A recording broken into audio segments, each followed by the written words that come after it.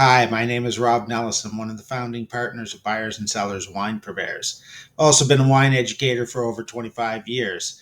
Today, I want to chat with you a little bit about Casa de Mirage's Planet Mirage Nina.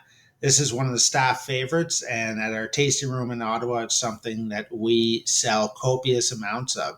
So, this is actually a palhete, which is a little known Portuguese style of making wine out of white and red grapes. So it's almost a rosé.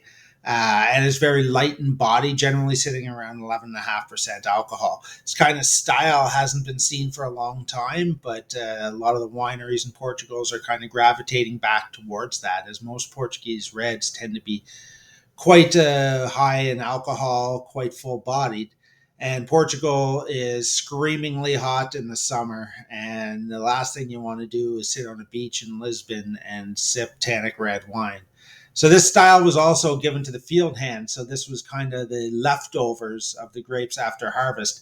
They'd be field blended together and just thrown into a simple fermentation and given out for everybody that worked on the vineyards to sip. And this is kind of the inspiration for what Antonio Lopes Ribeiro and his wife, Sarah D'Annunzio, have done with this particular wine.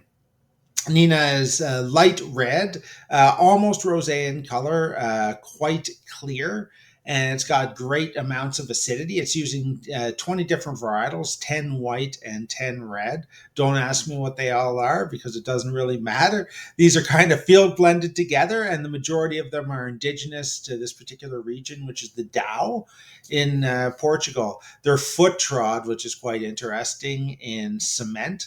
And then they add a little dried chestnut flour. And then what this does is a little bit of stabilization. Planet Mirage wines are all natural wines, and this is quite the craze lately, but they're biodynamically farmed, and there's absolutely no additions or alterations made to the wine. What the vineyard gives you and what the natural yeasts in the cellar give you is what the wine is when it's bottled. It's bottled unfined and unfiltered, but it's not throwing a ton of sediment. This light style of wine can be chilled lightly, and you can drink it as you would a rosé, or it can be served at cellar temperature. Food wise, it goes particularly well with seafood, which is quite surprising, especially considering the fact that it's technically a red wine. But I quite like it chilled and served with mussels with a little bit of spicy element to it. You can also serve it with planked salmon as you would a Pinot Noir, or you can have it lightly chilled and sipped on a patio in the hot sun because it's not tannic in any way. It's got kind of that sweet and sour cranberry type note to it, and the aromatics just jump out of the glass. Casa de Mirage, as I said, is biodynamically farmed, and everything they do is with an eye towards ecological improvement of their vineyards. They want to be good hosts to all the wildlife and all the insect life around them. So they have wild plantings of whatever indigenous plant growth is around the vineyard, and they allow it to run wild through the vineyards.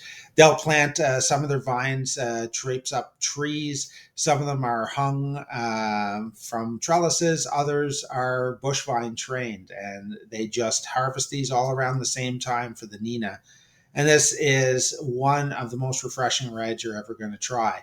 Casa de Mirage makes a full range of wines. They have some more classically styled wines, but these Planet Mirage are done in the totally natural way.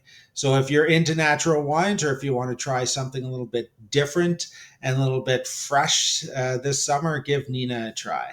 Thanks very much. Have a great day.